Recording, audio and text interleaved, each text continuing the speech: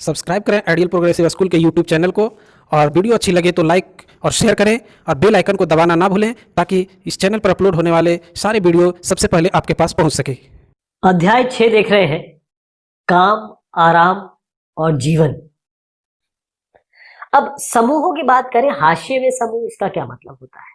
हाशिए में समूह ये है कि जब लोग बढ़ते हैं, लोग हर तरीके के होते हैं, अच्छे और बुरे आपको हर जगह मिल जाएंगे। जब लोग आए, जब बहुत सारे लोग लंदन में आए तो अपराध बढ़ा। अब अपराध जो बढ़ा वो बहुत सारे लोग के लिए चिंता का सबब बना, क्योंकि पुलिस खासतौर पे जो कानून व्यवस्था खराब हो रही थी और परोपकारी समाज यानी कि जो मदद करता है दूसरों की, वो ये देख रहे थे कि ये जो मजदूर वर्ग आ रहा है वो सही होना चाहिए, अनुशासित होना चाहिए। तो इसके लिए थोड़ा सा इसके लिए बकायदा मेजर्स लिए गए कि अपराधियों की बकायदा गिनती की गई, जो काम वो कर रहे हैं उनकी गतिविधियों पर बकायदा पैनी नजर रखी गई और जो उनके तौर तरीके हैं उस पर भी ध्यान दिया गया। मतलब जो अपराध बढ़ रहे थे इस पे लंदन के लोगों ने, या फिर कहें कि इंग्लैंड के उस इलाके के लोगों ने काम किया। हेनरी मैह्यू साहब, इन्होंने मजदूरों पर काफी किताब लिखी और उसमें अपराधों की उन्होंने बकायदा एक सूची बनाई जिससे वो अपनी रोजी रोटी कमा रहे थे। बहुत सारे ऐसे अपराधी थे, बड़े छोटे छोटे अपराध करते थे, जैसे मकान की छतों से शीशा चुरा लिया, शीशा बिकता है, उसका कुछ पैसा मिलता था उनको। दुकाने से खाने की चीज उठा रहे हैं। अब देखिए, अगर दुकान से कोई चीज खाने की चीज उठा रहा है, इसका मतलब वो भूखा है। कोयला पड़ा है, कोयले को उठा लिया, उसको बेच दिया, कितना पैसा मिलेगा? थोड़ा बहुत पैसा मिलेगा। सूखे कपड़े कोई बाहर डाले, कपड़े सूखने के डाला है, वो ले गए। लेकिन कुछ ऐसे भी अपराधी थे जो मतलब वाकई में अपराधी थे, अपना काम अच्छे से करते थे, यानी अपराध करते थे। तो बहुत सारे जालसाज, ठग, जेब कतरे, बहुत सारे लोग लंदन में आ गए। उसके बाद इनको अनुशासित करना जरूरी था, तो इसके लिए अपराध, एक तो भारी सजाएं इन्होंने बनाई। शासन, जो प्रशासन था, वो कि कोई भी अपराध करेगा तो उनको भारी सजाएं दी जाएगी। और अगर कोई गरीब है, लायक गरीब, मतलब जो रोटी चुरा रहा है, जो छोटी चीज जिसके लिए वो अपना पेट भरने के लिए ये रोटी चुरा रहा है, उसको लायक गरीब की श्रेणी में डाला जाए और उनको बाकायदा रोजगार दिया जाए। औरतों की अगर बात करें तो 18वीं और 19वीं सदी जब शुरू हुई तो क्योंकि अब फैक्ट्रियां बनी तो आदमी भी चाहिए, औरत भी चाहिए, मतलब लोग तो चाहिए, तो 50% पॉपुलेशन तो औरतें ही होती है। किसी भी जगह की बात करें तो वहां पर औरतें काम करती थी। लेकिन जैसे जैसे टेक्नोलॉजी बढ़ी और मैकेनाइज्ड हुई, ऑटोमाइज हुई, यानी कि कारखाने में मशीनें आना शुरू हुई, तो औरतों की नौकरियां छिनने लगी एक तरीके से। तो वापस आ गई कहां पर? घरेलू काम की तरफ। तो अगर आप ये देखें कि जनगणना समय हुई 1861 में, तो लंदन में 2.5 लाख घरेलू नौकर थे। उसमें घरेलू नौकर में सबसे ज्यादा संख्या किसकी थी? औरतों की।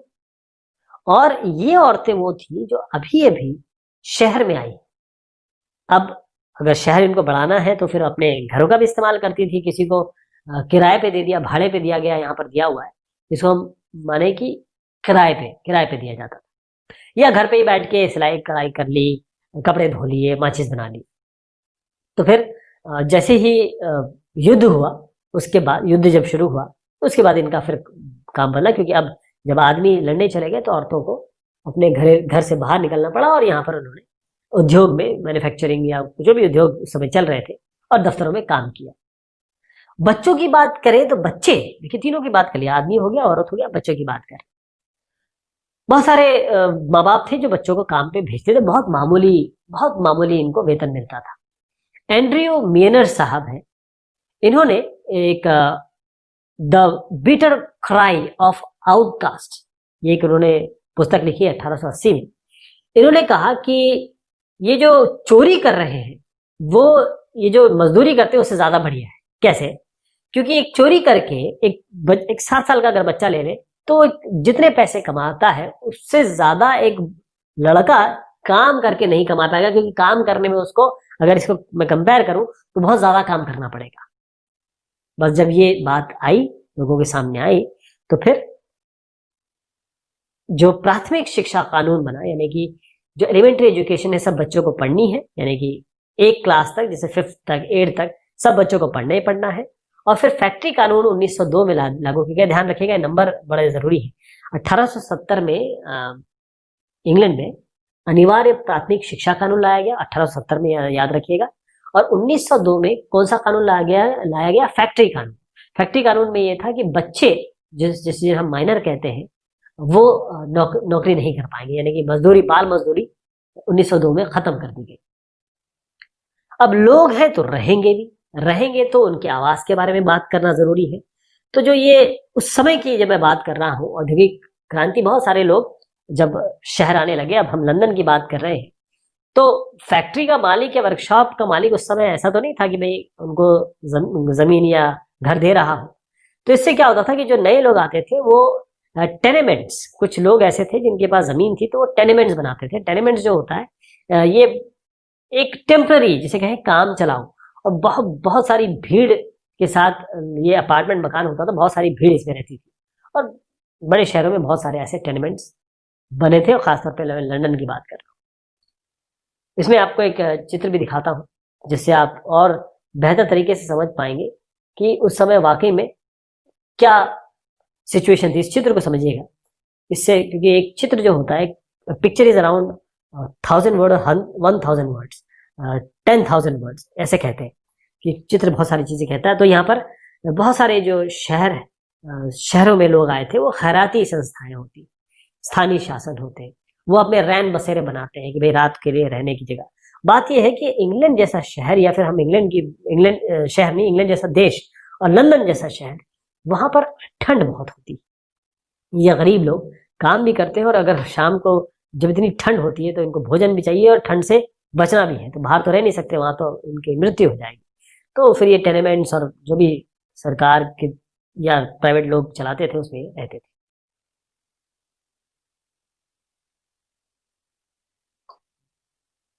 अब गांव में गरीबी तो थी, लेकिन शहरों में तो बहुत घनी और साफ दिखाई पड़ती थी, यानी कि गरीबी बहुत क्लियर दिखाई देती थी।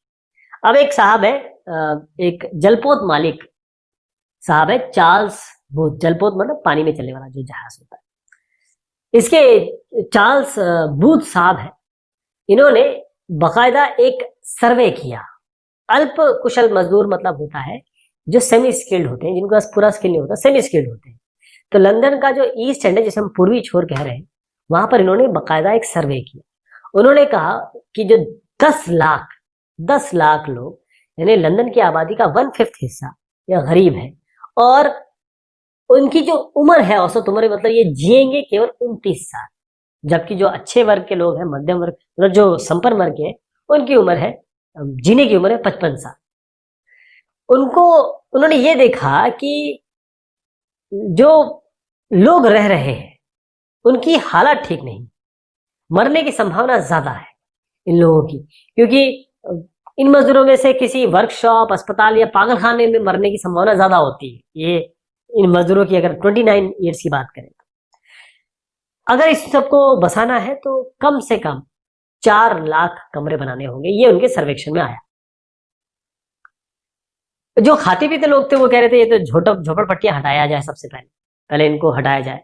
तो लोगों को समझ में आ गया कि इनके गरीबों के लिए जगह या रहने का इंतजाम तो करना पड़ेगा, क्योंकि सबसे पहली चीज तो ये है कि जिन कमरों में ये रहते थे, बहुत भीड़ वाले कमरे, जैसे मैंने आपको चित्र में दिखाया। अब कमरे जो बन रहे हैं उसमें हवा, बहुत सारे लोग एक साथ रह रहे हैं तो वो ऑक्सीजन ले रहे, कार्बन डाइऑक्साइड छोड़ रहे हैं, साथ में इंडस्ट्रियल एनवायरनमेंट में भी के आसपास रह रहे हैं। तो हवा जो इसकी सबसे जरूरी होती है, और साफ सफाई, इतने सारे एक साथ लोग रह रहे हैं, टॉयलेट, बाकायदा जो चीजें हो रही हैं वो सब साफ सफाई की, मतलब आप कहें कि फिल्दी कंडीशंस थी। दूसरा ये है कि मकान में आग लग गई तो एक उस समय ऐसा तो नहीं था कि बहुत अच्छे से मकान बनाए जाते थे, आग लग गई, वो उसका खतरा बना रहता था। और तीसरी बात थी सामाजिक उथल पुथल। जब इतने सारे लोग एक साथ रहते हैं तो अगर कोई बात पहुंच जाती है तो सब एक साथ रिएक्ट करेंगे, जैसे रूसी क्रांति के समय हो गया था। तो इसके लिए फिर इसको भी निपटना था, जैसे मैंने हर जगह बता भी रहा हूं आपको कि ये सब समस्याएं थी, तो उसका निदान भी किया गया। तो उसका निदान करने के लिए आवासीय योजनाएं शुरू की गई, इन सबसे पार पाने के लिए कि भाई इन जो मजदूर है इनको आवाज तो देना ही पड़ेगा। तो लंदन में साफ सफाई के कार्यक्रम शुरू हुए। एक लंदन की एक झोपड़पट्टी का एक चित्र है ये, और यहाँ पर भी मैं एक चित्र में आपको दिखाना चाहूंगा कि जो चूहेदानी एक आदमी बेच रहा है, यानी कि छोटे छोटे जो काम थे लोगों के वो कैसे खत्म होने लगे थे। तो ये एक जगह है जहां पर मजदूर अपना एक ही जगह पे बहुत सारे काम कर रहे हैं। तो जो भीड़ भरी बस्तियां हैं इसको कम करने की सोचना पड़ा उन्हें। खुले स्थान बनाना है, यानी हरा भरा स्थान बनाना है, बहुत जरूरी है ये। और इसके लिए क्योंकि एक योजना बनानी पड़ेगी, तो उसके लिए कोशिशें शुरू हुई। इसी तरीके के आवाज बनाने के लिए दो साहबों का मैं नाम लूंगा, और ये जगह लोगों का भी नाम लूंगा और जगह का भी नाम लूंगा। बर्लिन और न्यूयॉर्क, ये जो शहर है, यहां पर भी यही समस्याएं थी, और यहां पर भी अपार्टमेंट बनाए गए। अपार्टमेंट के बड़े बड़े विशाल ब्लॉक बनाए गए, और क्योंकि टेनेमेंट्स ऑलरेडी लोगों ने बना रखे थे, तो ये अपार्टमेंट वगैरह बनाना बड़ा मुश्किल था। तो इसके लिए एक जब प्रथम विश्व युद्ध हुआ तो जो किराया नियंत्रण कानून लगाया गया, क्योंकि जो टेनेमेंट्स वगैरह या जो ऐसी चीजें थी उसमें लोग मनचाहा किराया वसूल करते थे, और उसके कारण किराया नियंत्रण कानून ब्रिटेन को लगाना पड़ा। अब तीसरी बात ये आती है, ये अलग एक और इसके एंगल हम देखें। शहर में जो घुटन हो रही थी क्योंकि लोग ज्यादा आने लगे थे, तो लंदन और पेरिस के बहुत सारे ऐसे लोग थे जो गांव की तरफ जा रहे थे, वहां अपना एक तरीके से अवकाश ग्रह, जब उनको छुट्टी मिले तो वहां जाके रहे। तो शहर के लिए फेफड़ों यानी सांस लेने का इंतजाम करना बहुत जरूरी था। और सांस कहाँ से ली जाती है? सांस लेने के लिए ऑक्सीजन की जरूरत पड़ती है, और ऑक्सीजन कहाँ से आती है? वो आती है पेड़ पौधों से, वृक्ष से। तो लंदन के आसपास हरित पट्टी, इसका मतलब होता है एक ग्रीन बेल्ट जिसमें पेड़ लगे हों। तो ये प्रयास किया गया किस तरीके से एक ग्रीन बेल्ट ज्यादा लगे। एक संयमता आंदोलन का एक यहाँ पर एक शब्द आया है, क्योंकि ये जो चित्र मैं आपको दिखा रहा हूं, ये गरीब जो थे वो कहाँ जाएंगे? ये एक जगह है, गरीब इसी स्ट्रीट पे खेलते थे, यहीं पे सब सारे काम होते थे, कोई और जगह तो थी नहीं उनकी पास। शराबखोरी ज्यादा हो रही थी, तो बड़े लोग चिंतित थे कि कैसे इसको निपटा जाए, शराबखोरी चल रही है, शराब बहुत ज्यादा लोग पी रहे थे। तो इसके लिए संयमता आंदोलन शुरू हुआ। संयमता आंदोलन का मतलब ये है कि शराब के विरुद्ध, क्योंकि जितने भी नुकसान हो रहे थे, या कहें कि परिवार या समाज की तबाही हो रही है, वो सब इस नशीले पदार्थ से हो रही है, तो इसके विरुद्ध संयमता आंदोलन की बात चलती है यहाँ पे। तो एक नाम मैं आपको लूंगा, एक जो मैं कहा कि ये चीजें शुरू होने लगी, लोग इस पे करने लगे कि भाई ये सब तो काम होना है, हरे पेड़ वगैरह सब तो लगने पड़ेंगे। तो इसमें यह हुआ कि एक एबेनेजर हावर्ड, इन्होंने एक कॉन्सेप्ट लाया, इन्होंने एक अवधारणा लोगों के सामने रखी, बगीचों का शहर। एक बाकायदा उसका एक फ्रेमवर्क भी बना दिया कि जो लोग काम करेंगे वहां पर कहीं और रहेंगे कहीं और।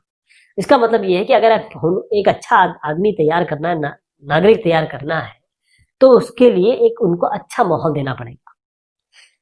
हार्वर्ड साहब का, जिनका मैं यहाँ पर नाम ले रहा हूँ, उनके हिसाब, उनके विचारों के नाम पर मैंने कहा था दो नाम मैं लूंगा, तो रेमंड एनविन और बैरी पेकर। इन्होंने बाकायदा एक गार्डन सिटी बनाया, उसका डिजाइन बनाया, जिसको न्यू अर्जविक, जिसका आप चित्रण भी देख रहे हैं, न्यू अर्जविक एक बगीचा उप शहर मतलब होता है एक शहर बना, उसके पास में एक और उप शहर, इसीलिए उसको उप शहर कहते हैं। शहर जिनका हम शहर, महानगर, इन सब के बारे में बात कर रहे हैं, उसके पास एक शहर। तो उसका बाकायदा बाकायदा इन्होंने एक गार्डन सिटी का डिजाइन तैयार किया, जिसमें घर भी थे, बाग बगीचे भी थे। तो अब ये बस ये है कि उसको कौन खरीद पाएगा? बड़े लोग खरीद पाएंगे। इसके बाद क्या हुआ कि जब विश्व युद्ध हुए, जैसे 1914 से 1919 पहला हुआ, और दूसरा जो है 1939 से 1945, इसमें जो ब्रिटिश राज है उन्होंने जिम्मेदारी ले ली कि हाँ, अब हम आवाज देंगे किनको? मजदूर वर्ग को। तो इसके लिए उन्होंने 10 लाख मकान बनाए, और थोड़े छोटे मकान थे, लेकिन फिर भी क्योंकि शहर इतना बड़ा फैल गया था कि अब लोग जैसे पैदल चले जाते थे, कि जब बीच में बिल्डिंग आ गई तो उनके अंदर से तो नहीं जा सकते, अब उनको थोड़ा दूर जाना पड़ेगा। तो अगर हम इन मजदूरों को काम करना है तो जरूरी ये हो गया कि भाई अगर जब सरकार ने घर बना के दिए हैं तो परिवहन व्यवस्था भी तो होनी चाहिए, क्योंकि एक जगह से दूसरी जगह जाना अब थोड़ा लंबा हो गया। तो शहर में फिर आवागमन की बात हुई, यानी कि अब पब्लिक ट्रांसपोर्ट या फिर ट्रांसपोर्ट के बारे में बात हुई। तो इसकी चर्चा हम अगले डिस्कशन में करेंगे, शहर में आवागमन की। तब तक के लिए शुक्रिया, मेहरबानी आप सभी की।